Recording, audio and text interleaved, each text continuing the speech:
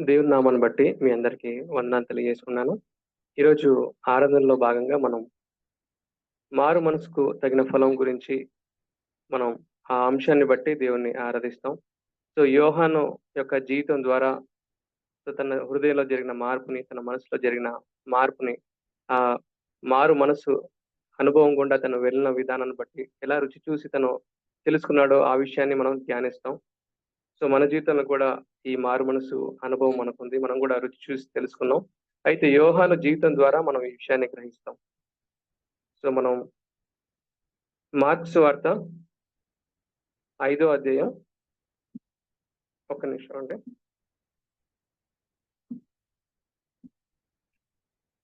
యోహాను సువార్త 19వ అధ్యాయం 26-27 మనం చూసుకుంటాం.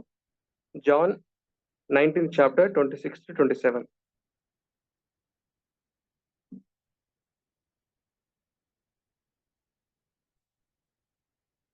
యేసు తన తల్లియు తాను ప్రేమించిన శిష్యుడును దగ్గర నిలుచుండుట చూచి, అమ్మా, ఇదిగో నీ కుమారుడు అని తన తల్లితో చెప్పెను. తరువాత శిష్యుని చూచి, ఇదిగో నీ తల్లి అని చెప్పెను. ఆ గడియ నుండి ఆ శిష్యుడు ఆమెను తన ఇంట చేర్చుకొనెను. ఇక్కడ యేసు ప్రభు వారు శిలువ పైన తను సిలువ వేయబడినప్పుడు తన గురించి తను చూసుకోవట్లేదు కానీ, తను ఒకరి ఆదరణను కోరుకోవట్లేదు కానీ, తన దగ్గర ఎవరైతే నిలిచి ఉన్నారో వారి వైపు ప్రభు చూస్తున్నారు. అంతగా తను ప్రేమిస్తున్నారు. సో, అక్కడ తన తల్లికి కుమారుడు అవసరం ఉందని తల్లికి ఒక కుమారుడిని ఇచ్చాడు. అలాగే ఆయన ప్రేమించిన శిష్యునికి తన తల్లిని చేర్చుకోమని చెప్పినప్పుడు ఆ శిష్యుడు ఆ గడిలోనే చేర్చుకోవడం చూస్తున్నాం. అంటే ఇక్కడ ప్రభు యొక్క ప్రేమను మనం గ్రహించొచ్చు. తను ఆదరణ కోరుకోవట్లేదు కానీ మనల్ని ఎంతగా ఆదరిస్తున్నాడు, మన అవసరత ఏంటి అనేది ప్రభు మన మీద చూపిస్తున్నాడు. మనకేం అవసరం ఉందో అది మనకు అనుగ్రహిస్తున్న విషయాన్ని గ్రహించాలని కోరుకుంటాం. అలాగే మారు మనసు లేదా పక్షాతాపం అనే విషయానికొస్తే ప్రతి విశ్వాసి జీవితంలో ఇది చాలా ముఖ్యమైనది.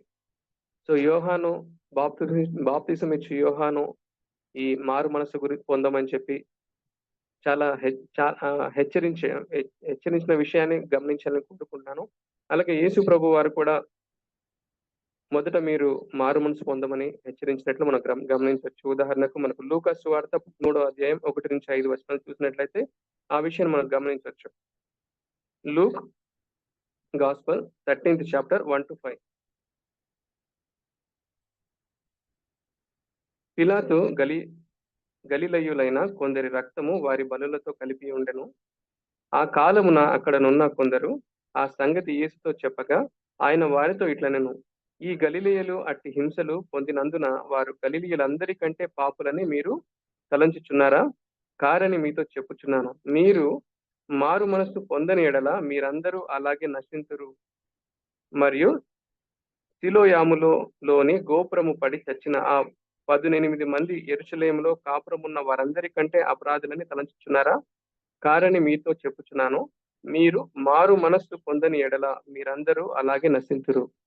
అయితే ఇక్కడ గమనించాల్సిన విషయం ఏంటంటే, సో, మిగతా విషయాలన్నీ కూడా పక్కన పెట్టేసేయండి. ముందు మారు మనసు పొందమని యేసు ప్రభు 2 సార్లు హెచ్చరించినట్లు మనం గమనిస్తున్నాం. సో, 2 సార్లు తను చెప్పాడు అంటే అది చాలా ముఖ్యమైనది. సో, మనందరి జీవితంలో ఈ అనుభవం ఉందని నేను గ్రహిస్తున్నాను. సో, మారు మనసు యొక్క ఇంపార్టెన్స్‌ని మీరు తెలుసుకోవాలని కూడా నేను ఒకసారి గుర్తు చేస్తున్నాను. అలాగే ఈ యోహాను జీవితంలో ఈ మారు మనసు యొక్క ఫలాన్ని మనం గమనించినట్లయితే, సో, మార్కు సువార్త 3:17లో మనం గమనించొచ్చు. అది తీయాల్సిన అవసరం లేదు. అక్కడ ఏముంటుందంటే యోహాను మరియు యాకోబు వీరు జెబెదయి కుమారులు అని ఉంటుంది. సన్స్ ఆఫ్ జెబెదయి అని. అలాగే వీరికి ఇంకో పేరు కూడా ఉంది. సన్స్ ఆఫ్ థండర్ అని. అంటే వారు ఉరిమెడు వారు. అంటే వారి స్వభావం అలాంటిది.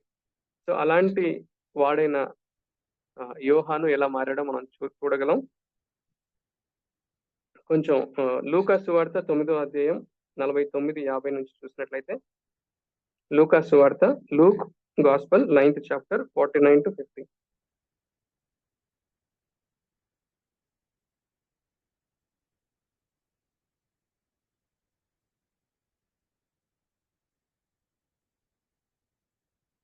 యోహాను ఏలినవాడా, ఎవడో ఒకడు నీ పేరిట దయ్యములను వెళ్ళగొట్టగా మేము చూచితిమి. వాడు మనల్ని వెంబడించువాడు కాడు గనుక వానిని ఆటంకపరిచితిమని చెప్పెను. అందుకు యేసు, మీరు వాని నాటంకపరచుకుడి, మీకు విరోధి కానివాడు మీ పక్షమున నున్నవాడే అని అతనితో చెప్పెను. అయితే ఇక్కడ మనం ఏం గమనిస్తున్నాం అంటే మొదట యోహాను వెళ్లి అతను ఎవరైతే యేసు ప్రభు పేరిట కార్యం జరిగిస్తున్నాడో, దయ్యాలను వెళ్ళగొడుతున్నారో అతన్ని స్టాప్ చేశారు. స్టాప్ చేసి దాని తర్వాత వచ్చి ప్రభుకి సమాచారాన్ని అందిస్తున్నాడు.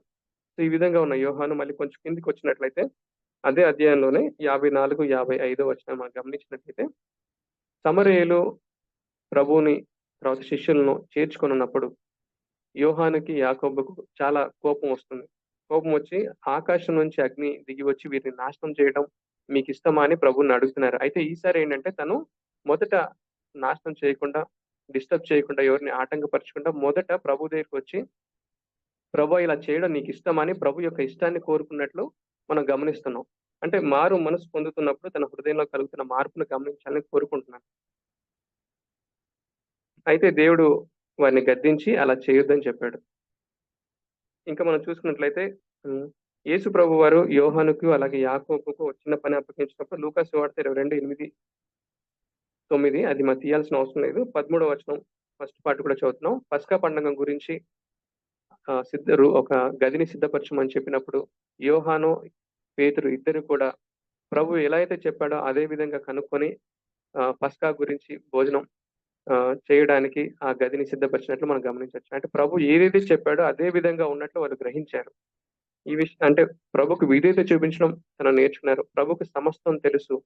సమస్తం ఆయన ఆధీనంలో ఉన్నాయన్న విషయాన్ని వారు గ్రహించడం మనం తెలుసుకోవచ్చు. అదే అధ్యాయంలో 13వ వచనం ఫస్ట్ పార్ట్‌లో ఉంటది. ఆయన తమతో చెప్పినట్టుగా గ్రహించారు. ఆ విధంగా దేవుని యొక్క శక్తిని వారు కనుగొంటూ వచ్చారు. అలాగే యోహాను సువార్త 13 అధ్యాయం 21, 26 చూసినట్లయితే, ప్రభువు అప్పగించబడిన ముందు రాత్రి పస్కాను భుజిస్తున్నప్పుడు శిష్యులలో ఒకడు ప్రభువుని అప్పగిస్తాడన్న సందర్భంలో అందరూ నీ నా ప్రభువా అని అడుగుతున్నప్పుడు పేతురు తనకు సైగ చేసి యోహానుకు సైగ చేసి ఎవరో శిష్యుడు కనుక్కోమని చెప్పినప్పుడు యోహానుకు తర్వాత పేతురుకున్న అండర్‌స్టాండింగ్ మనం గమనించొచ్చు ఈ వచనాల్లో. అయితే యోహాన్ని మనం చూసినట్లయితే యోహాను ప్రభు రొమ్ముని ఆనుకుని ఉన్నవాడుగా ఉంటున్నాడు. ఆయన ఏమని చెప్తున్నాడంటే ప్రభువుని అడిగాడు, ప్రభువా మిమ్మల్ని అప్పగిస్తున్న వారు ఎవరు చెప్పు అని. అయితే ప్రభువు జరగబోయేది కూడా ముందుగానే యోహానుకు తెలియజేసినట్లు మనం గమనించొచ్చు. తను ఒక బ్రెడ్‌ని తీసుకొని వెళ్లి యోహానుకు యూదాకు ఇచ్చినప్పుడు యూదాలో సాతాను ప్రవేశించడం, యూదా అక్కడి నుంచి వెళ్ళిపోవడం మనం గమనించొచ్చు. అంటే ఎవరు అప్పగిస్తారో అన్న విషయాన్ని ముందుగానే యోహాను తెలుసుకున్నాడు. అంటే ప్రభువు యోహానుకు తెలియజేశాడు. అంటే మనం అట్టి హృదయం మనం కలిగి ఉన్నప్పుడు భవిష్యత్ జ్ఞానం కూడా దేవుడు మనకు అనుగ్రహిస్తాడు. ప్రకటన గ్రంథాన్ని కూడా అంటే ఆ భవిష్యత్ జ్ఞానాన్ని కూడా దేవుడు యోహానుకు తెలియజేశాడు. ఇంకా ఇంకో విషయం ఏంటంటే ఇక్కడ యోహాను తనున్న ఐడెంటిటీ ఏంటంటే తను ఉరిమెడి వారుగా ఉంటున్నాడు. అంటే సన్స్ ఆఫ్ థండర్ గా ఉన్నారు. కానీ ఇక్కడ చూస్తే ఈ వచనంలో 23వ వచనంలో చూస్తే యోహాను 13:23లో మనం చూసినట్లయితే ప్రభు రొమ్ముని ఆనుకున్న శిష్యుడిగా, ప్రభు ప్రేమించిన శిష్యుడిగా తను ఉంటున్నాడు. అంటే తన యొక్క నూతన స్వభావం తనలో ఉంది. ఈ విషయాన్ని గమనించాలని కోరుకుంటున్నాను. అలాగే మనం చూసినట్లయితే ఆ రోజు ప్రభు అప్పగింపబడిన రాత్రి శిష్యులందరూ కూడా ప్రభుని విడిచి దూరంగా వెళ్ళిపోయారు. అందరూ వెళ్ళిపోయినప్పటికీ యోహాను మాత్రం ప్రభుని వెంబడిస్తూనే ఉన్నాడు. ప్రభుని ఎప్పుడు కూడా విడిచిపెట్టలేదు. ఇంకా మనం గమనించినట్లయితే పేతురు యేసు ప్రభువు నేను ఎరగనని 3 సార్లు బొంకినప్పుడు యోహాను కూడా అక్కడే ఉన్నాడు. కానీ తనతో ఎంతో పర్సనల్ ఫెలోషిప్ ఉన్న చెత్త పని వాడైనప్పటికీ పేతురుని చూసి పేతురు దగ్గర ఆగలేదు యోహాను. తన కాన్సంట్రేషన్ అంతా కూడా యేసు ప్రభు మీదనే ఉంది. ఫస్ట్ ఇంపార్టెన్స్ ఫస్ట్ ప్రాధాన్యత యోహాను దేవునికి ఇస్తున్నట్లు మనం గమనించొచ్చు. ఈ విధంగా మారుమనసు పొందిన వ్యక్తి యొక్క లక్షణాలు ఉన్నట్లు మనం గమనించొచ్చు. అలాగే చివరిగా యోహాను సువార్త 19వ అధ్యాయం 26, 27 నుంచి మనం గమనించినట్లయితే ప్రభువు తనకు తల్లిని అనుగ్రహించినప్పుడు యోహాను ప్రభుతో ఉన్నాడు. ప్రభువు తనకు తల్లిని అనుగ్రహించినప్పుడు ఒక గడియలోనే తన ఇంట చేర్చుకున్నాడు. మరియను అప్పగించినప్పుడు తను ఆలోచించలేదు. ప్రభు చెప్పాడు అంటే అది మంచిది. అన్న విషయాన్ని గ్రహించాడు. ఇమ్మీడియేట్ గా ప్రభువుకి విధేయత చూపించి ఆ మరియను తన ఇంట చేర్చుకున్నాడు. అంటే ఎంత విధేయత చూపిస్తున్నాడో గ్రహించాలనే విషయాన్ని నేను కోరుకుంటున్నాను. అలాగే పేతురు జీవితాన్ని కూడా మనం గమనించినట్లయితే పేతురు అప్పుడు యేసుప్రభుని ఎరగనని వంకినప్పుడు దాని తర్వాత తను మారుమనసు పొందాడు, పశ్చాత్తాపం పడ్డాడు తను చేసిన దాన్ని బట్టి. దాని తర్వాత మనం చూసుకున్నట్లయితే దాని ఫలితం చూసుకున్నట్లయితే పెంతెకొస్తు దినాన తను బోధించినప్పుడు దేవుడు పేతురు ద్వారా సుమారు 3,000 మందిని రక్షించుకున్నాడు. సో మారుమనసు పొందితే మన హృదయాల వల్ల మన హృదయం మారితే ఎంతో మంది రక్షణలోకి రాగలరు. అలాగే మనం సౌలు జీవితాన్ని చూసినట్టయితే సౌలు కూడా మారుమనసు పొందాడు. మారుమనసు పొందిన తర్వాత తను ఎంతో మందిని ఆదరించాడు, ఎంతో మందిని బలపరిచాడు, ఎన్నో సంఘాలు కట్టాడు. సో బైబిల్‌లో అనేక పత్రికలు తను రాశాడు. ఈ రోజు కూడా మనల్ని తన పత్రికల ద్వారా దేవుడు తనని వాడుకొని తన పత్రికల ద్వారా మనల్ని ఆదరిస్తున్నాడు, ఆత్మీయంగా బలపరుస్తున్నాడు, దేవునికి దగ్గరగా నడిపిస్తూ ఉన్నాడు. సో మారు మనసు యొక్క ఫలితం అలా ఉంటుంది. అయితే మారు మనస్సు పశ్చాత్తాపం లేనట్లయితే, సో అలాంటి అనుభవం మనం రుచి చూసి ఎరగనట్లయితే ప్రభువును మనం ఇష్టపడొచ్చు. వారం వారం సంఘాన్ని కూడా చర్చ్ కూడా వస్తూ వెళ్తూ ఉండవచ్చు.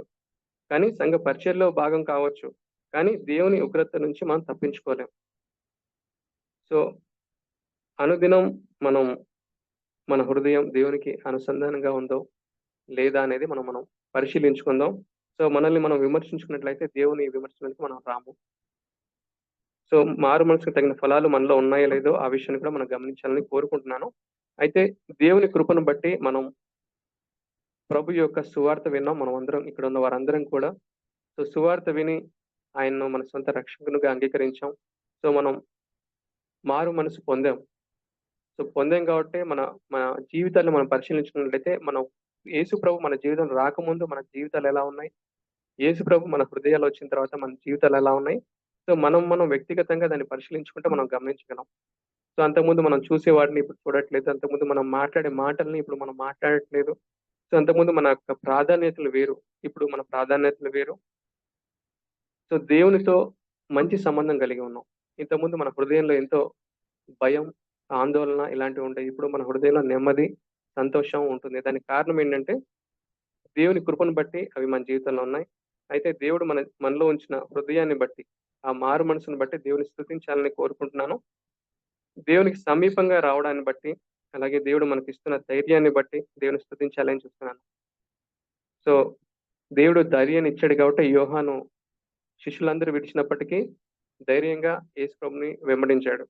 అయితే దేవుడు మనల్ని ఆదరిస్తున్న విధానాన్ని బట్టి, దేవుడు మారు మనసు అనుభవం గల సంఘంలో మనల్ని ఉంచిన విధానాన్ని బట్టి, అలాంటి సహవాసాన్ని, అలాంటి విశ్వాసులతో సహవాసాన్ని ఇచ్చిన విధానాన్ని బట్టి దేవుని స్తుతించాలని కోరుకుంటున్నాను. For this one thought that we have today, the transforming power of salvation.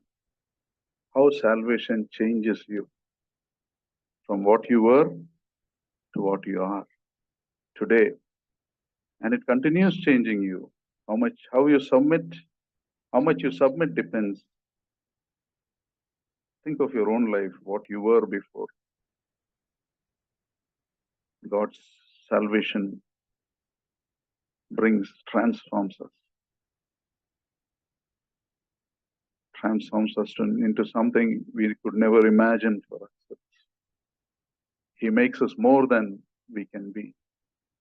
Let us worship him. He changed Peter, we saw. He changed Paul. He changed the sons of thunder into a loving person. That is the change he has done in each one of us. Think of the time you were saved. Think of the person you were before and now what you are. And let us thank God. Let us praise him.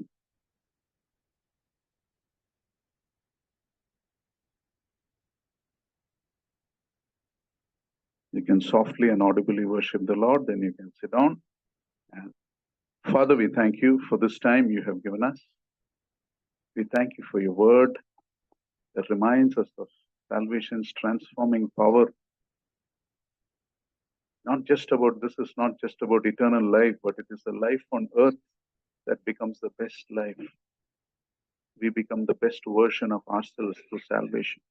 And we thank you, we praise you, Master, for this work you have done in our lives on people who are so sinful, people who are so rebellious, people who are so helpless and on our way to hell. You give us a power, your presence within us to change our lives, to become bold people, mighty people, better human beings. And may our life attract people to others to you, Lord. We praise you, we worship you, Lord, for the joy we have in being a believer. Accept our worship, for we offer this in the sweet and exalted name of our Lord and our Savior, Jesus Christ. Amen.